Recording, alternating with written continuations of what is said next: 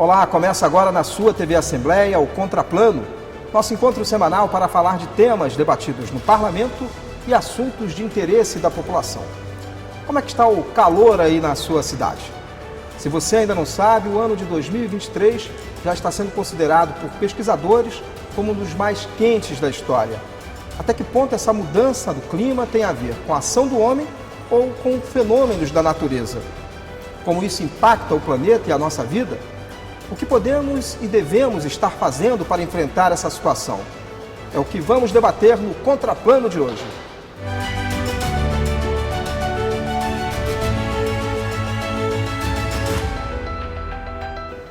Para nos ajudar a compreender o fenômeno das mudanças climáticas, recebemos o supervisor de emergência ambiental da SEMA, Caco Graça, o meteorologista Márcio Eloy e a gestora de mobilização do Amazônia de Pé, Karina Penha.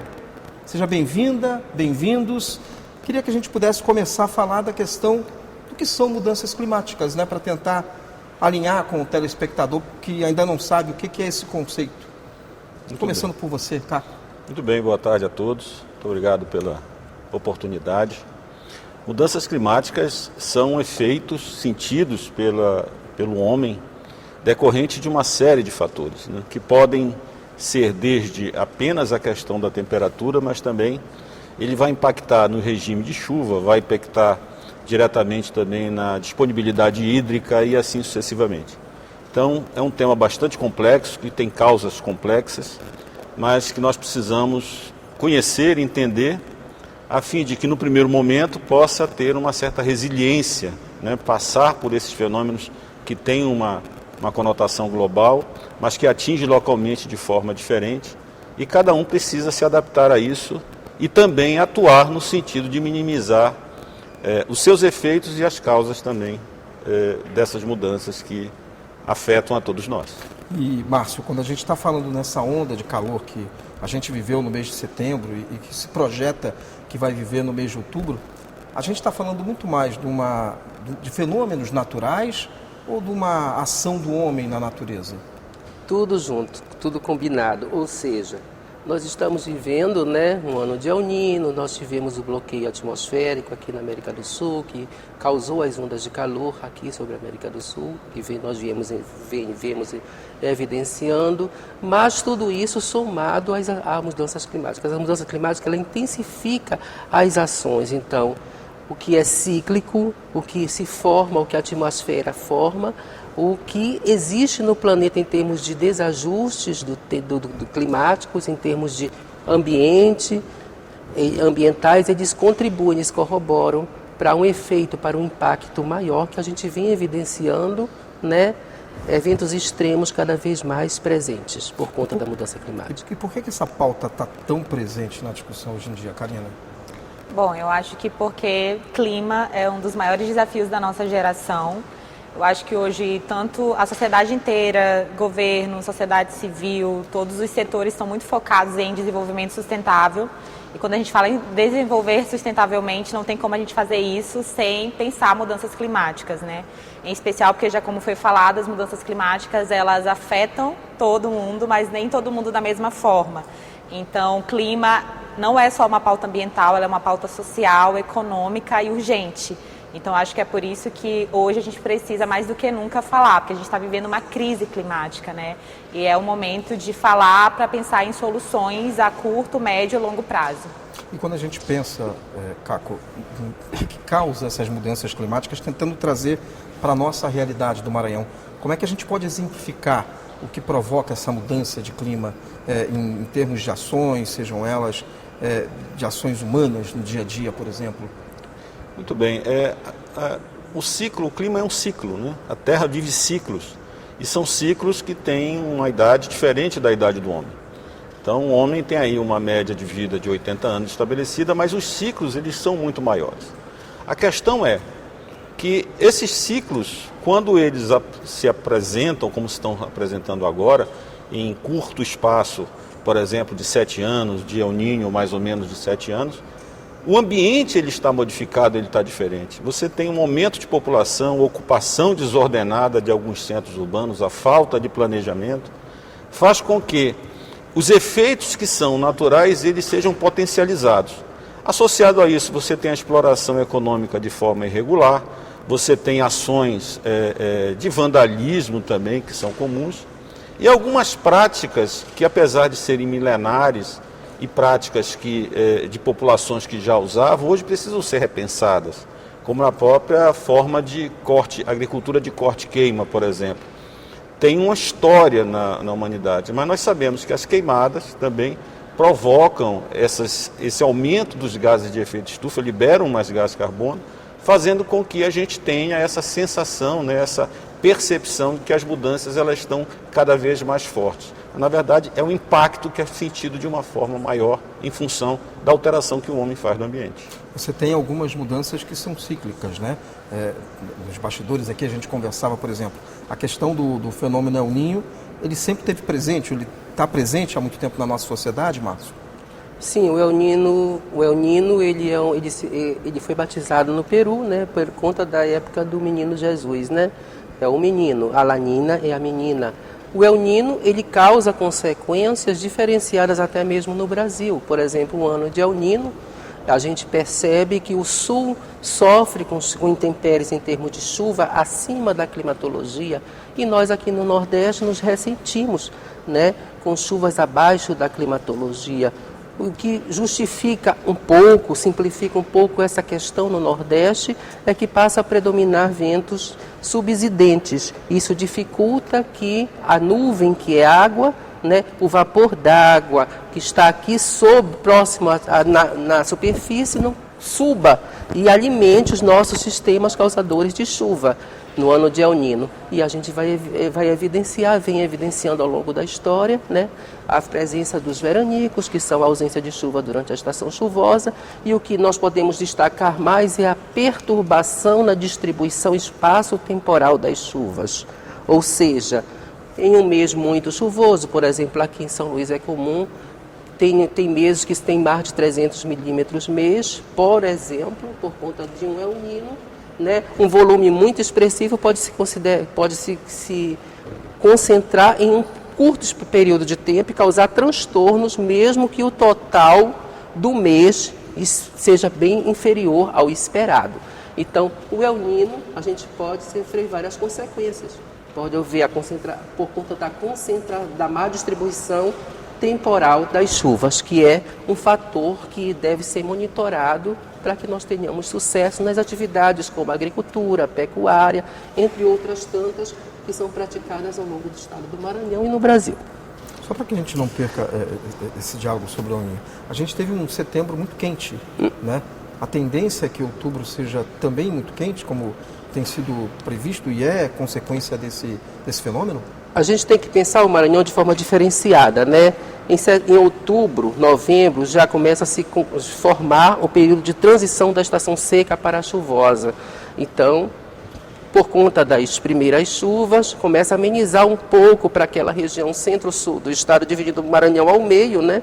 Latitudinalmente, a gente consegue diminuir um pouco as consequências e também o número de focos de queimada. Isso daí considerando o ano normal, não o ano de El Niño, que está tudo mudado, eu vou explicar.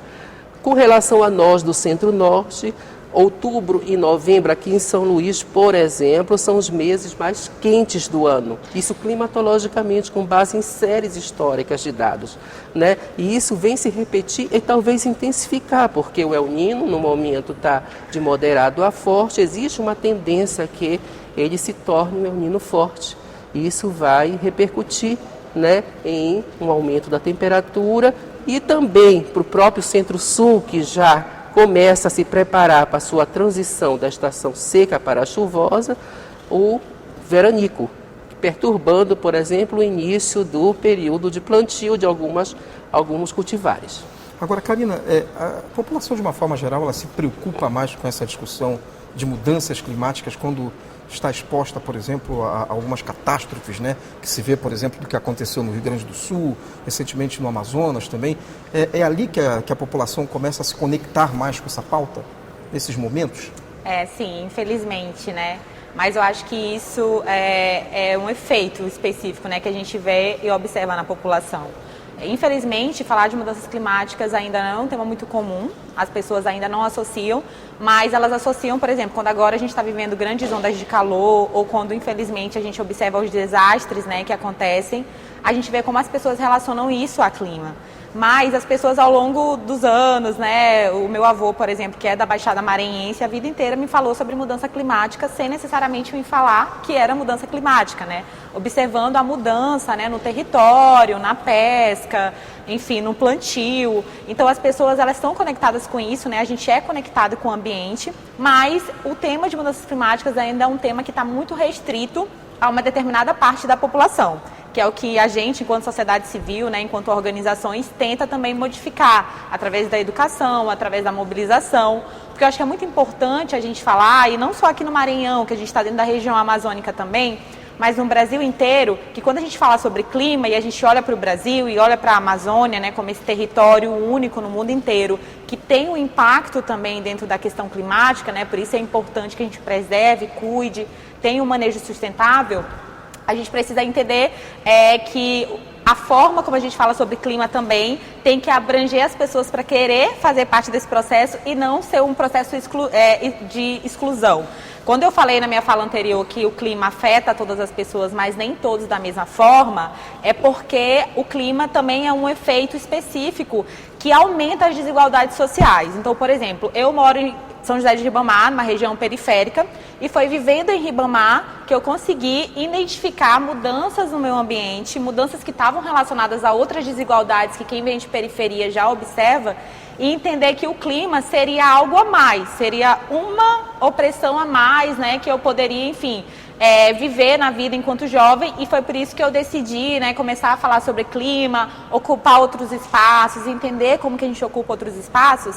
Mas só uma outra coisa que eu queria também trazer, né, quando a gente fala sobre mudanças climáticas e a gente fala sobre ser um efeito que já aconteceu, né, ao longo, enfim, de várias eras da Terra, mas hoje a gente tem, né, a própria ONU apontando e reconhecendo que as mudanças climáticas têm um efeito, sim, relacionado à ação humana, à ação do ser humano, a forma como a gente está vivendo hoje, mas é muito importante destacar que eu, por exemplo, cresci ouvindo sobre aquecimento global, sobre efeito estufa, sobre que é importante a gente reduzir o nosso lixo, guardar o nosso lixo, reduzir o nosso consumo de água, mas a gente está vivendo uma emergência climática onde a gente precisa falar para as pessoas que o lugar onde elas vivem é ameaçado pelo clima, né? Que, por exemplo, quando a gente fala de desastres naturais, que cada vez vão se intensificar, infelizmente, né, os dados apontam e estão sendo comprovados cientificamente, que muitas pessoas vão perder o seu território, né? Hoje a gente já tem pessoas que são consideradas refugiados climáticos, migrantes climáticos, que são pessoas que têm que sair do seu território, que têm que deixar o seu modo de vida, né? Como sempre viveram ao longo de várias populações, que é o caso das comunidades tradicionais, indígenas, quilombolas aqui no Maranhão, acho que trazendo mais para o Maranhão, né? Hoje a gente tem o maior número de comunidades quilombolas, periféricas. Aqui no Maranhão, na região amazônica, a gente tem a maior densidade demográfica da Amazônia. Ou seja, aqui no Maranhão a gente tem o maior número de pessoas vivendo em cidades, dentro da região amazônica. Então a gente precisa pensar como que o clima vai chegar nessas pessoas, mas não de uma forma que elas se sintam culpadas.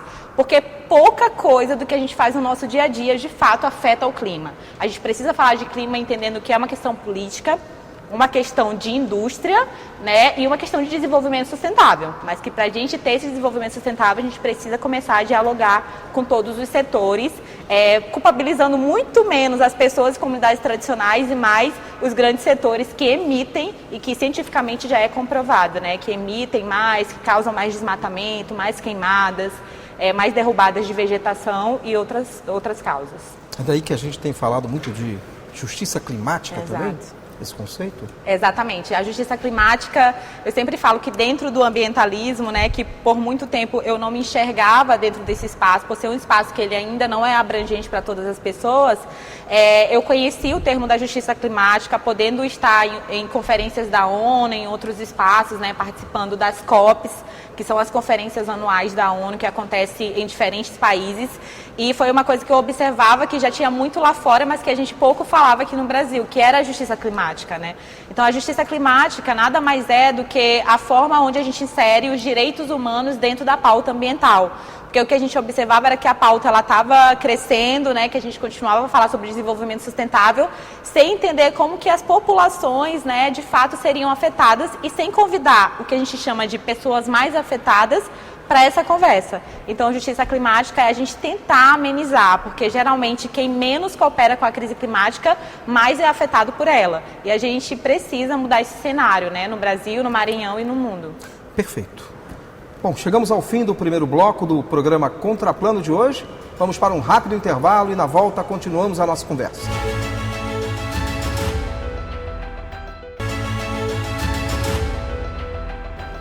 O Contraplano está de volta pela sua TV Assembleia hoje para conversar sobre mudanças climáticas. A gente finalizou o primeiro bloco e o Caco queria fazer um complemento da fala que aconteceu no primeiro bloco do Márcio, né, Caco? Sim. O Márcio fez um comentário bastante pertinente, que é essa questão da perturbação do regime de chuva. E essa perturbação do regime de chuva, ela tem um impacto que pode causar, inclusive, desastre, mas também pode causar o déficit hídrico. Porque quando a chuva que cai, por mais que ela seja no volume esperado, mas se ela cai de uma concentração muito forte, ela se concentra em muito tempo, essa chuva concentrada ela não tem capacidade de percolação, ela escoa superficialmente. Então, ela escoa para o mar, né? Escoa e vai para as partes mais baixas. Então esse tipo de situação não só perturba o aspecto de desestabilizar emocionalmente as pessoas perdem casas por inundações, por enxurradas, é muito comum em algumas regiões aqui do Maranhão, isso sobretudo as comunidades que são menos assistidas, que estão em locais mais difíceis. Mas também, a médio e longo prazo, você vai causar uma diminuição da oferta de água, porque, por mais que você tenha chuva, você não tem abastecimento dos aquíferos. Então, essa é uma das demandas que a SEMA se preocupa em ficar observando, porque como órgão agente de regular o uso das águas através da Superintendência de Recursos Hídricos, que outorga o uso para uso, consumo humano, para dessedentação de animal ou para a indústria, ela está sempre acompanhando esses níveis para, em determinado momento, reduzir, diminuir ou então limitar a autorização de uso legal desse recurso. É esse o trabalho, por exemplo, que a sala de situação que o senhor coordena também desenvolve, de poder entender essas catástrofes que eventualmente podem acontecer no Estado por conta dessa situação? Sim, a sala de situação é uma instituição, é uma ação que a SEMA tem, que foi instituída pela Agência Nacional de Águas, em todo o Brasil há 12 anos atrás, que criou as salas de situação para fazer o monitoramento das condições hidrometeorológicas dos estados, com viés dos eventos extremos. Então, nós temos na SEMA esse setor que faz o monitoramento dessas condições hidrometeorológicas. Nós temos no estado 45 estações hidrometeorológicas instaladas que fazem o monitoramento de nível dos principais rios, vazão, para que, acompanhando com as informações de previsão que são coletadas junto ao Núcleo de Meteorologia da UEMA, que tem competência para isso, a gente confirma isso através das nossas estações e emite pareceres e dá condição para que a Secretaria tome as decisões na hora de legislar ou estabelecer limites de uso do recurso hídrico. Em relação às questões das catástrofes, eu costumo dizer que nós temos como cliente as defesas civis. Então a gente emite diariamente, a sala de situação ela posta no site um boletim diário das situações hidrometeorológicas nos estados e também nesse período dos focos de calor. E fazendo isso, nós estamos subsidiando as defesas civis municipais para tomar as melhores decisões. A nível de defesa civil, isso é uma orientação nacional de que a gente não deve divulgar situações extremas através da mídia ou através de outros canais. Porque muitas vezes justamente que situações no momento são mais preocupantes, por exemplo. É porque quando a gente divulga um evento extremo na mídia, isso pode reverberar negativamente e muitas vezes o alarme ele é pior do que o evento. Então, a Defesa Civil tem competência para isso, para saber quando atuar, quando divulgar, como chegar junto às comunidades locais para ou retirar no caso de uma inundação, ou subsidiar com o abastecimento de água de alguma outra forma, ou uma situação extrema como nós vivemos em Buriticupu no ano passado, aliás, esse ano, com erosões, inclusive com óbitos na região lá do Rio Pindaré. Então, essas são as atividades que a SEMA desenvolve por meio da sala de situação nesse monitoramento. E o laboratório de meteorologia, Márcio, da UEMA? A gente monitora, né, e alerta justamente a questão. A gente consegue ver, por exemplo, você percebe, né, eventos como furacão, né, que tem lá, a gente vê com antecedência de dias. Tornados, um pouco ciclo mais curto, talvez não dê para a gente perceber a tempo. Então a gente está atento, né, constantemente à questão da chuva, a questão do que ela pode, atento ao que o que é normal, um padrão normal, o que está fugindo dele, e a gente está em conexão com a Defesa Civil e com a SEMA, passando essa informação através do tempo, através do monitoramento das condições atmosféricas que são feitas diariamente, o que pode se esperar para os próximos dias. Atualmente a gente vem fazendo uma previsão de 3 dias para São Luís, né? A cada 3 dias a gente faz uma previsão para São Luís. Então a gente tem também na nossa previsão, a gente cobre, né, todas as regiões do estado, eu creio que em torno de 20 municípios, com informações de chuva, temperatura, entre outros fatores, né? E aquilo que a gente considera problema a gente emite. Nós estamos nos preparando agora, né, para a implementação do modelo WRF, configurado aqui, regionalizado para cá, para as condições do estado do Maranhão, e temos uma expectativa de melhorar ainda mais os nossos serviços, né? Foi através de uma submissão a IMAP-FAPEMA, né? O edital da IMAP-FAPEMA, agora se está submetendo a FINEP, né, para a questão de corroborar com essa informação, e temos mais 3 projetos concorrendo ao edital da FAPEMA para se somar, né, à estruturação do nosso laboratório, já que nossa tendência sempre é estar atento aos editais para nós inserirmos equipamentos e instrumentos para que nossa equipe forneça melhores informações, já que muitos instrumentos são, né, de um custo um pouco alto, como esse computador que foi adquirido através da IMAP-FAPEMA por R$350 mil, com capacidade de processamento muito boa, mas que nos permite, né, vislumbrar uma melhora na nossa, uma capacitação ainda melhor. E plataformas de coleta de dados foram parcerias entre o Ministério da Ciência e Tecnologia, da Doação Federal, FINEP. Então sempre a gente está buscando nos aparelhar e equipar, né, para que a gente ofereça melhor os nossos serviços. E a equipe toda tem formação em mestre, né? Eu sou mestre pela Universidade Federal de Viçosa, todos são mestres em meteorologia, e agora nós estamos nos submetendo ao edital de doutorado junto ao Bionorte para melhorarmos ainda a nossa qualificação profissional e atendermos melhor a população do Maranhão. Karina, e o movimento Amazônia de Pé? Bom, o Movimento Amazônia de Pé é um movimento que nasce a partir de uma campanha. Nós nascemos há 1 ano e meio atrás, quando a gente queria muito construir um projeto no Brasil que visasse o que a gente chama de criação de uma maioria climática, e em especial pelo território amazônico, que seria sensibilizar a maioria de pessoas que a gente pudesse, né, de população brasileira, para pensar que o que acontece dentro da Amazônia também afeta o Sudeste, afeta o Sul, afeta outras cidades que estão fora da região. Dentro do movimento, a gente tem algumas chamadas de participação pública, e uma delas é a criação de um movimento, né, a partir da criação de um projeto de lei de iniciativa popular, que é o projeto de lei Amazônia de Pé. Um projeto de lei de iniciativa popular, ele é um projeto que ele tem uma funcionalidade, né, um formato diferente, ele não é apresentado por um parlamentar, ele é um projeto que ele é construído pela população, né, e é algo que é uma ferramenta que a gente tem dentro da nossa Constituição e que a gente pode utilizar. Então a gente decidiu criar um projeto que abrangesse, em especial, a região amazônica, através da proteção das florestas públicas, que hoje a gente tem na Amazônia, que são áreas florestais, que são de todos os cidadãos e cidadãs brasileiras, mas que não tem uma destinação correta, e que nos últimos anos foi mais da metade, né, de áreas de desmatamento que a gente tem dentro da região amazônica, e muito em especial, né, porque são áreas que acabam estando muito vulneráveis, né, a alguns crimes que acontecem dentro da Amazônia, como a grilagem, o desmatamento ilegal. Então, através disso, a gente, para construir um projeto de lei como esse, a gente precisa mobilizar 1% do eleitorado brasileiro, que hoje no Brasil é 1,5 milhão de pessoas. E aí, para a gente chegar em 1,5 milhão de pessoas que possam assinar um projeto de lei, ou seja, pessoas que tenham título de eleitor, que tenham mais de 16 anos, que residam no Brasil, a gente precisa falar com o triplo ou 4 vezes mais do que essas pessoas.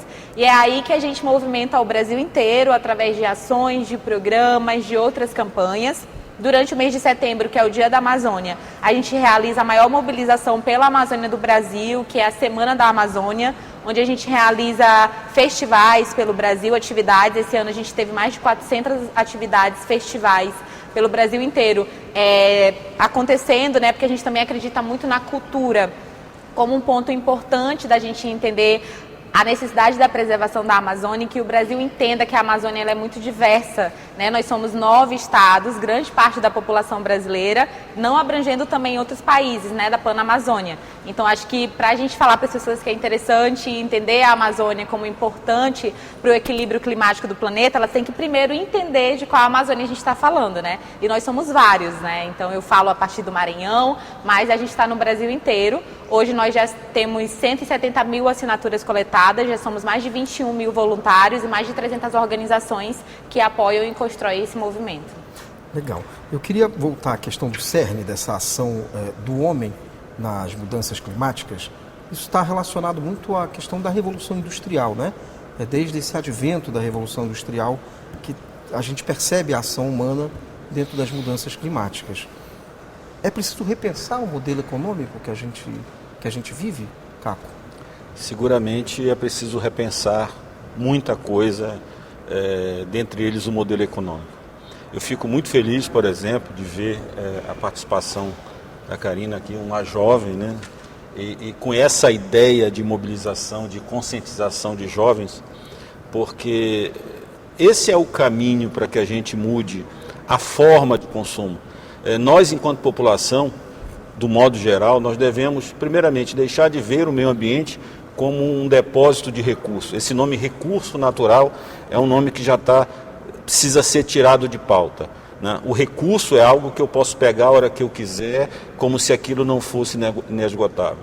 A gente, dentro da Secretaria de Meio Ambiente, tem algumas atividades em todos os setores: setor florestal, economia verde, sala de situação, recursos hídricos, fiscalização, que é de conscientização, de palestras, de conversas com comunidades onde nós atingimos. E eu costumo usar sempre fazer uma pergunta para jovens, né? De qualquer classe que está nos assistindo. Eu disse assim: vocês já viram plantação de celular? Alguém conhece alguém que pesca a internet?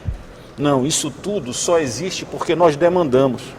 Então é preciso a gente mudar o nosso padrão de consumo para que o padrão de uso da natureza ele possa mudar.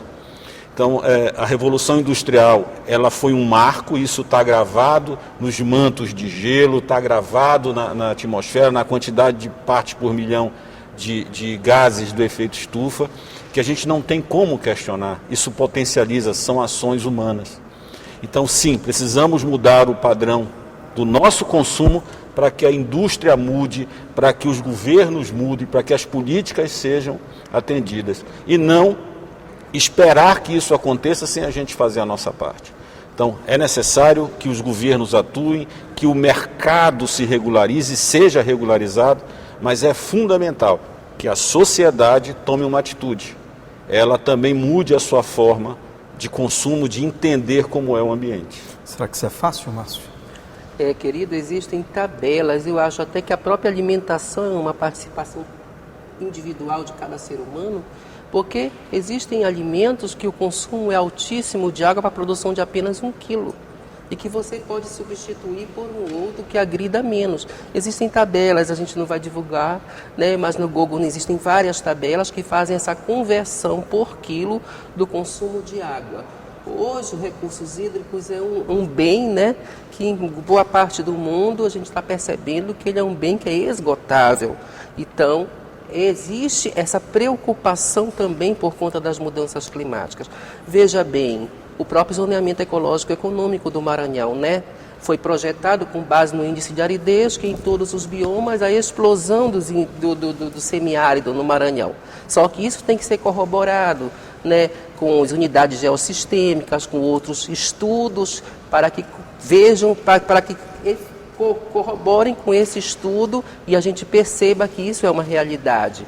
Mas o que é visto por conta do painel intergovernamental de mudanças climáticas, nós também podemos perceber, por conta do estudo feito no Laboratório de Meteorologia da UEMA, que é uma pura verdade. Para os próximos 30 anos, 40 anos, 50 anos, a gente percebe que a tendência é a predominância dos anos secos sobre os chuvosos e, conforme informa o próprio painel intergovernamental de mudanças do clima, e as temperaturas em alta em todo o estado do Maranhão.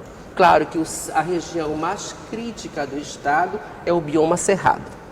Foi a região que em todas as projeções, tanto para os cenários, né, de redução da emissão, como para os cenários mais críticos na continuidade das emissões para os próximos anos, né, isso o mais crítico é o Cerrado do Maranhão, o bioma pela cerrado. Ocupação do solo, da forma que está se dando, a ocupação do solo nessa região? Eu acho que a própria natureza lá do bioma cerrado e lá é um pouco mais, as atividades são um pouco menos sustentáveis, talvez, né? Então a questão do planejamento, né? A questão em termos de sustentabilidade pode preservar as atividades que agregam recursos para o Estado, como a própria pecuária, como a própria agricultura. Você tem que se planejar para que nos próximos anos, adentrando as condições que estão sendo previstas para os próximos 40, 50 anos, reverter, né, cuidar do seu solo, tratá-lo, sai mais caro do que preservá-lo agora.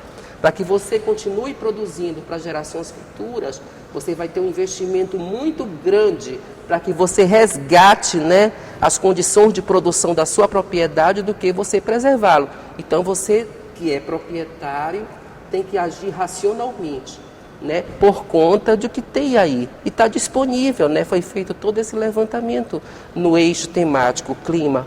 Lá na UEMA, no Laboratório de Meteorologia, isso está disponível. Claro que pode ser feitos estudos futuros, ser agregados mais informações, outras metodologias, mas o que se tem no momento é isso. A gente está chegando no final do segundo bloco, já queria deixar uma pergunta para você, Karina. A gente viveu anos aí em que, por exemplo, a gente está falando da Amazônia, o desmatamento aumentou muito, né, em função de deixar passar a boiada muito no período recente que a gente conviveu. De que forma isso pode ser combatido, ou de que forma isso, por exemplo, o movimento Amazônia de Pé está tentando enfrentar essa situação nessa região amazônica, mas você responde no próximo bloco, tá bom? A gente vai para mais um intervalo e na volta o último bloco do programa Contraplano de hoje.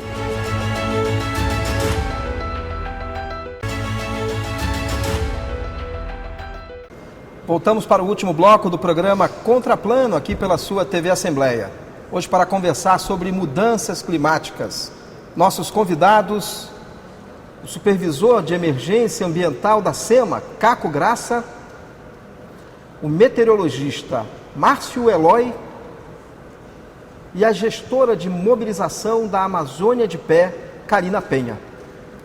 Bom, na verdade eu deixava uma pergunta no final do segundo bloco, justamente para você, Karina. Como é que você percebe que, depois de todos esses anos que a gente teve um aumento no desmatamento da Amazônia, como é que o Brasil, de uma forma geral, está se preparando para enfrentar isso? Tem diminuído? Você percebe uma vontade melhor de dialogar sobre esse assunto, sobre esse tema?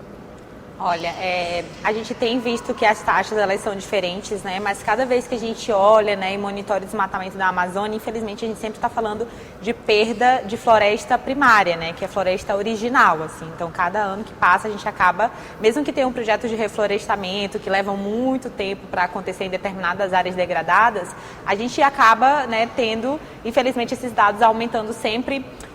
Nessa perda de floresta primária, que é o que a gente chama essa floresta, enfim, né, original ali da Amazônia, mas eu acho que nos últimos anos a gente pôde ver o quanto que ter órgãos que tenham subsídio é importante, né? Porque quando a gente vê um desmoronamento de órgãos de fiscalização, órgãos de acompanhamento, órgãos ambientais no geral, a gente vê como que as taxas aumentam, né? Então, hoje em dia, a gente tem órgãos muito importantes, quando a gente fala sobre ICMBio, IBAMA, outros órgãos de fiscalização, que são importantes não só para a região amazônica, mas para o Brasil inteiro, para todos os biomas e ecossistemas que a gente tem. A gente vê o quanto que a gente precisa realmente priorizar com recurso, priorizar com tempo, com atenção, né, dentro aí das pastas, né, ministeriais, isso. E atualmente a gente vê que a questão climática, ela sempre foi uma questão transversal, mas agora ela está sendo realmente apresentada como uma questão transversal dentro das pastas, né, dos ministérios, por exemplo. Então, o que a gente precisa é ficar atento a isso e cobrar para que isso aconteça.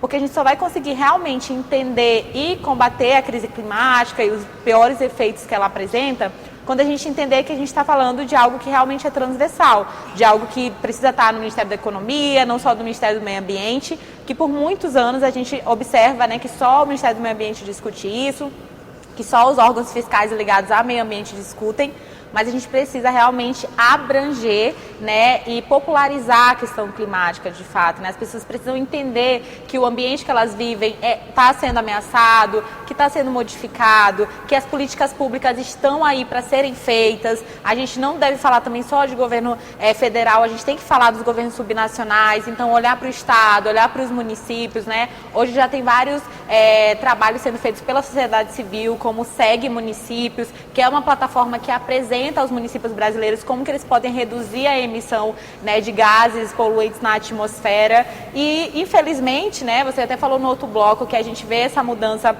acontecendo no mundo desde a era, né, da Revolução Industrial, e desde a Revolução Industrial a gente já aumentou a temperatura no planeta 1,5 graus. E hoje em dia, né, os grandes espaços de discussão sobre clima, né, os espaços da ONU, o IPCC, que é o painel intergovernamental, todos eles falam, né, da gente tentar, enquanto sociedade, né, enquanto todos os setores, não aumentar mais que 1,5 graus, mesmo entendendo que chegar em 1,5 graus já vai ser muito difícil de viver, né? A gente já está vendo agora as zonas de calor, como as pessoas estão reagindo a isso, como as populações estão reagindo a isso, como os ecossistemas marinhos, terrestres, enfim, estão reagindo a isso. Então, a gente precisa entender como, de fato, a gente vai trabalhar a adaptação e a mitigação da crise climática, né? Que é tentar entender como a gente vai viver a partir do que já aconteceu e como a gente vai tentar minimizar o que pode acontecer. Tem muita coisa acontecendo boa no mundo, tem muitas iniciativas, tem chances, né, da gente diminuir esses efeitos, mas para isso é muito importante que todos os setores trabalhem juntos, inclusive, por exemplo, a escola, né? Hoje é muito importante que a gente tenha na escola, a gente também luta muito para ter dentro da nossa base nacional curricular o tema de clima sendo abrangido, né, de forma mais ampla, né, para que os alunos aqui no Maranhão eles consigam enxergar o que dentro do território deles acontece, porque eu acho que muito tempo a gente falou de clima falando do derretimento das geleiras polares, né, das calotas polares, né, do urso polar, e isso distancia as pessoas do que realmente é. Mas quando a gente liga a clima, a falta de água na sua casa, ao estado da mobilidade urbana que a gente tem na cidade, ou a outros tipos de enfrentamentos que a gente vive, a gente aproxima das pessoas. Então, sim, é possível a gente tornar clima um tema mais debatido, chegar em soluções mais sustentáveis e mudar esse cenário. E qual que seria a agenda? Eu sei que você já pediu a palavra para completar, mas existe uma agenda para enfrentar essa situação? E aí pode complementar o que a Karina está falando. Existem agendas mundiais, agendas nacionais. O Estado também tem a sua política de mudança climática instituída.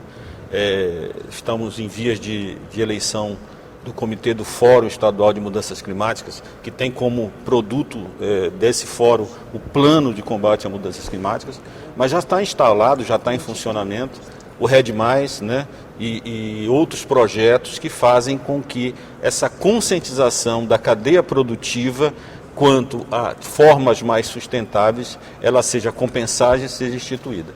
Mas eu fico assim, mais uma vez eu vou complementar a fala, não complementar, mas dar um destaque para a fala da Karine, porque é importantíssimo a gente discutir isso a nível escolar. Tá? É importante.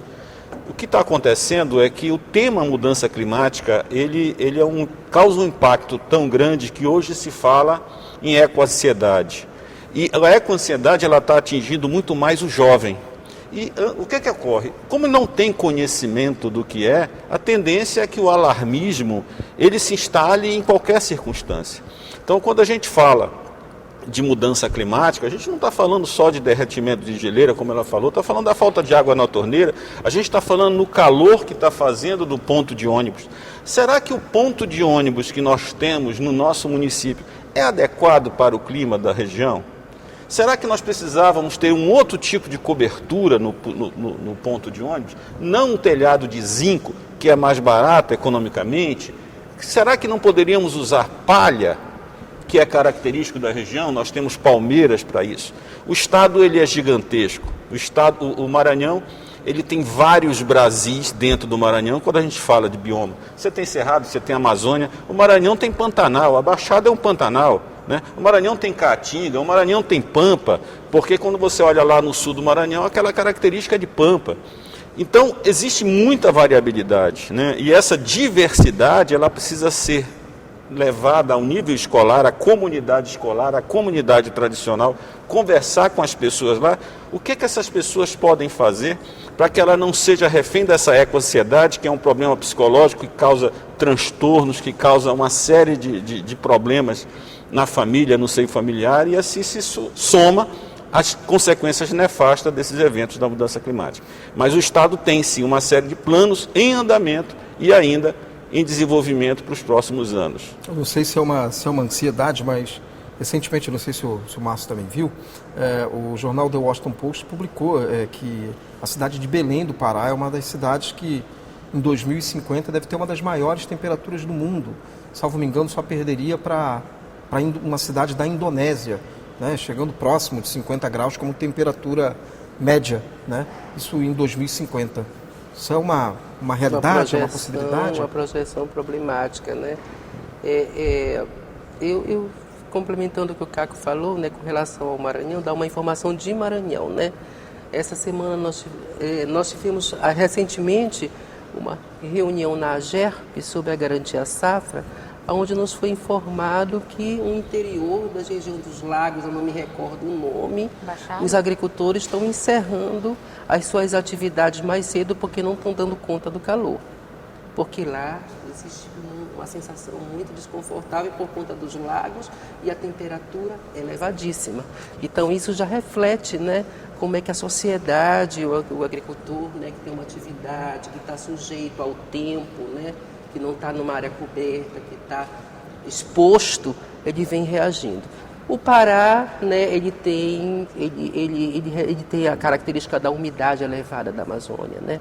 A questão do desmatamento da Amazônia, isso vem refletindo muito com a questão dos índices, né, de calor. Com certeza, essas projeções é com base em dados, com base também, eles devem ter se baseado, né, em estatística, em todas as ferramentas, né, os forçantes, né, para que eles possam projetar isso. Então, deve ter um nível de segurança, né?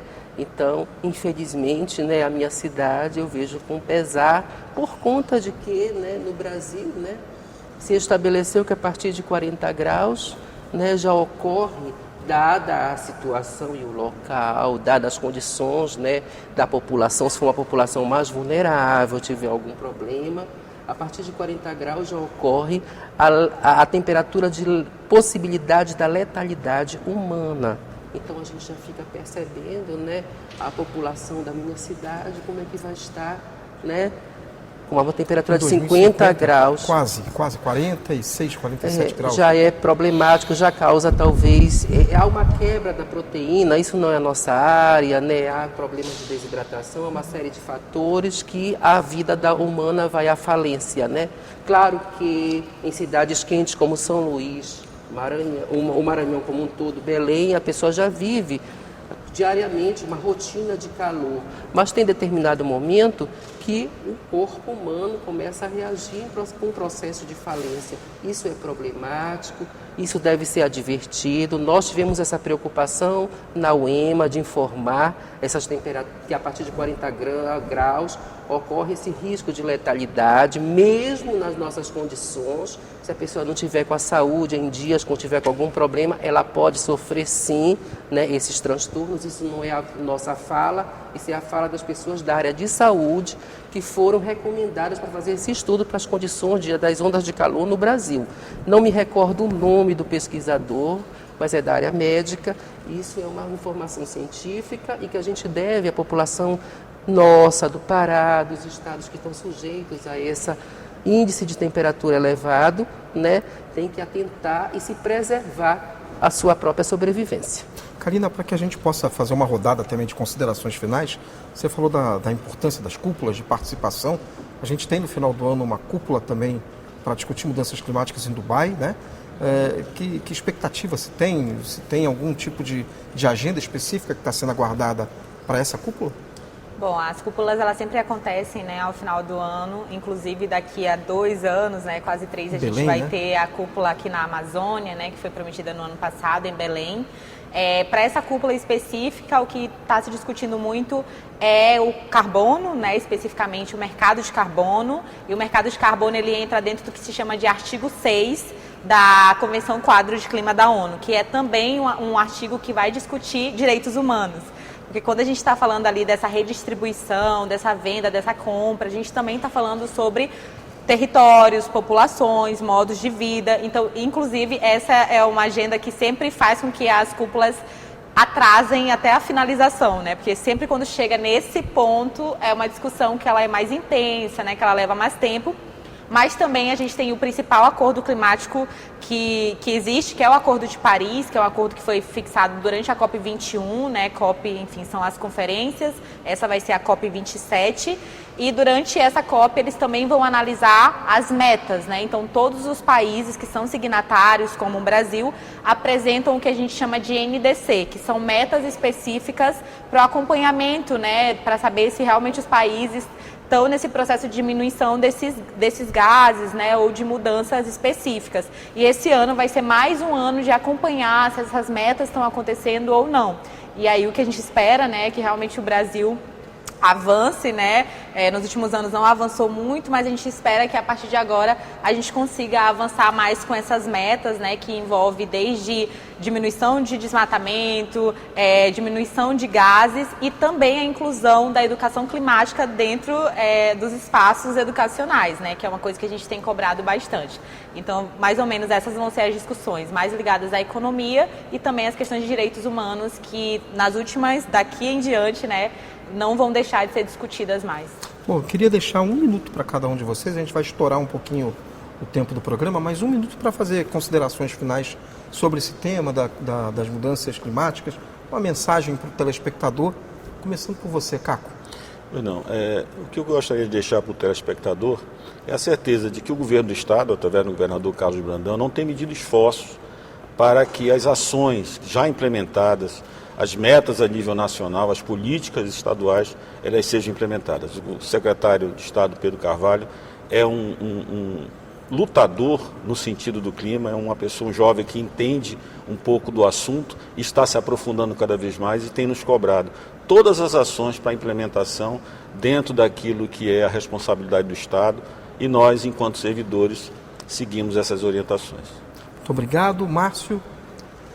Foi bom, né? Eu acho assim, a gente se sente muito orgulhoso de estar no Maranhão e de o zoneamento ecológico e econômico do estado do Maranhão ser o único, o primeiro no Brasil, o pioneiro no Brasil da consideração da temática clima, onde nós, do nosso laboratório de meteorologia, estivemos envolvidos com essa pesquisa.